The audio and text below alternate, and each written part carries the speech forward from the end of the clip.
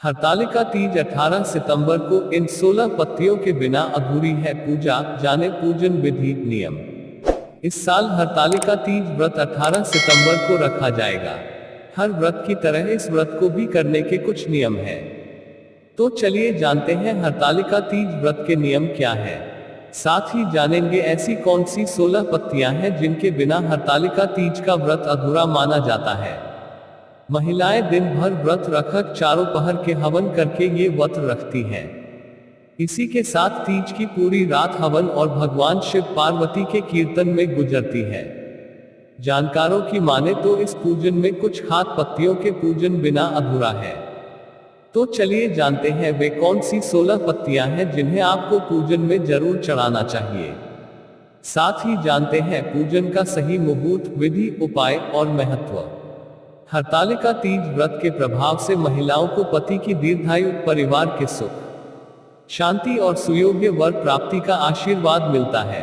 इस दिन पूजा में 16 प्रकार की इच्छापूर्ति पत्तियां महादेव मां पार्वती को जरूर चढ़ाना चाहिए।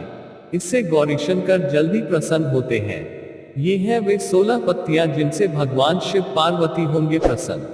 हरतालिका तीज की पूजा में बेलपत्र, तुलसी, जाति पत्र, सेवंतिका, बांस, देवदार पत्र, चंपा, कनेर, अगस्त्य, भृंगराज, धतूरा, आम पत्ते, अशोक पत्ते, पान पत्ते, केले के पत्ते, शमी के पत्ते भोलेनाथ और पार्वती को विशेष तौर पर चढ़ाना चाहिए। 18 सितंबर को मनेगी तीज। पति की दीर्घायु के लिए किया जाने वाला व्रत हरतालिका तीज इस वर्ष 18 सितंबर को मनाया जाएगा। हिंदू पंचांग के अनुसार हर साल ये व्रत भाद्रपद के शुक्ल पक्ष की तृतीया के दिन किया जाता है। आपको बता दें यह व्रत और इसकी पूजा बहुत ही कठिन मानी जाती है। महिलाएं अपने पति और परिवार की सेहत और दीर्घायु के लिए यह व्रत रखती हैं। वहीं कुंवारी लड़कियां अच्छे वर की कामना से यह व्रत रखती हैं।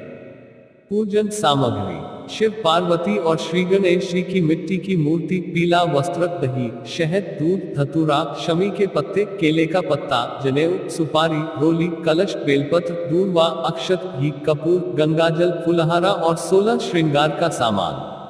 हरतालिका तीज पूजा विधि: इस दिन व्रत करने वाली महिलाएं सूर्योदय से पूर्व ही उठ कर नहाकर पूरा श्रृंगार करती हैं।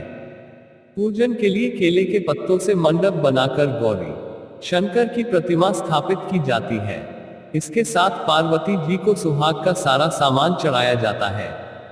रात में भजन कीर्तन करते हुए जागरण कर 3 बार आरती की जाती है और शिव पार्वती विवाह की कथा सुनी जाती है। इस व्रत के व्रती को शयन का निषेध है, इसके लिए उसे रात्रि में भजन कीर्तन के साथ रात्रि जागरण करना चाहिए।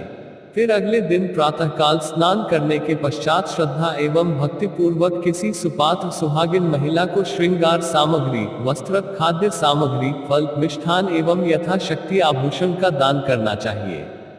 रेत के शिवलिंग बनाए हैं तो उनका जलाशय में विसर्जन किया जाता है और खीरा खाकर इस व्रत की पूर्णता की जाती है।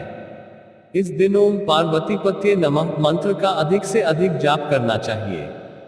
क्या है हरतालिका तीज व्रत के नियम?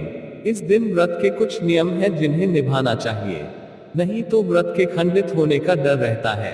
ये हैं वे नियम: क्रोध करने से बचें। ज्योतिषाचार्यों की माने तो तीज के व्रत के दौरान मन को शांत रखकर ही महिलाओं को मां गौरा की पूजा करना चाहिए। इस दिन किसी पर भी क्रोध करने से बचना होगा। आपके सभी के साथ प्रेमपूर्वक व्यवहार करना चाहिए।